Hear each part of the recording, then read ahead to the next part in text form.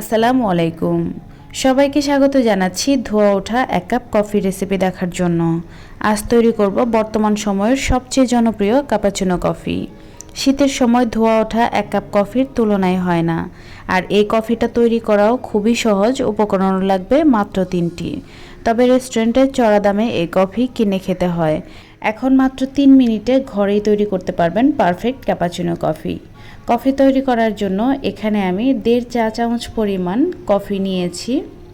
এরপর দিয়ে দিচ্ছি 1.5 চা চামচ পরিমাণ চিনি।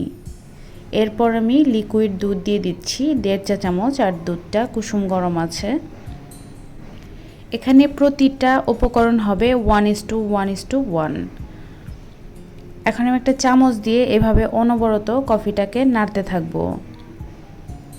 ঘড়ি ধরে প্রায় 2 থেকে 2.5 মিনিটের মতো সময় লাগবে এটাকে পারফেক্ট ক্যাপাচিনো করতে।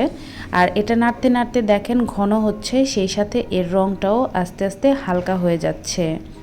আপনাদের বাসায় যদি ইলেকট্রিক বিটার থাকে তাহলে বিটার দিয়েও এই কাজটা করতে পারেন, এতে করে কষ্টও হবে না আর সময় লাগবে মাত্র 1 মিনিটের মতো। আমার ক্যাপাচিনোটা পারফেক্টলি হয়ে গিয়েছে। এখন আমি দুধটা রেডি করে নিচ্ছি। আজকের কফিটা আমি পাউডার দুধ দিয়ে করব। 1 কাপ কফির জন্য এখানে আমি 3 টেবিল চামচ পরিমাণ দিয়ে দিচ্ছি পাউডার দুধ। আপনারা চাইলে সমপরিমাণ গরুর দুধ দিয়েও কফিটা বানাতে পারেন। এখন আমি এর মধ্যে সামান্য একটু পানি দিয়ে দিচ্ছি দুধটাকে খুব ভালো মতো মেশানোর জন্য পানির সাথে। এখানে প্রথমে অনেক পানি দিয়ে দিলে দুধটা মেশাতে একটু সময় লাগবে।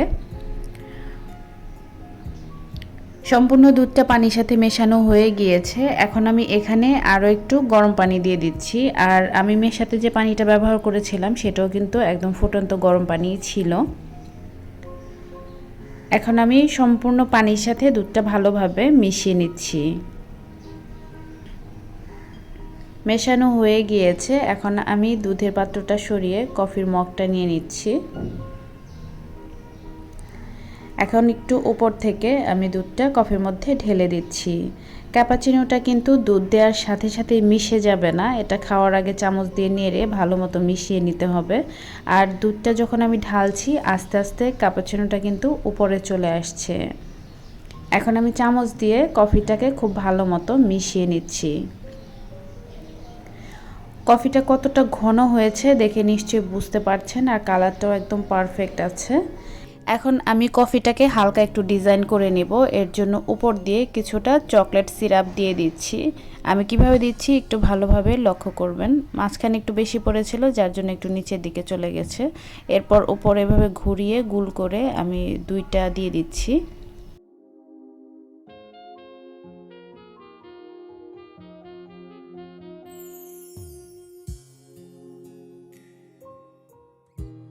এরপর আমি একটা টুথপিক নিয়েছি এটাকে ডিজাইন করার জন্য। এখানে একটা কাঁটা চামচ দিয়েও আপনারা করতে পারেন।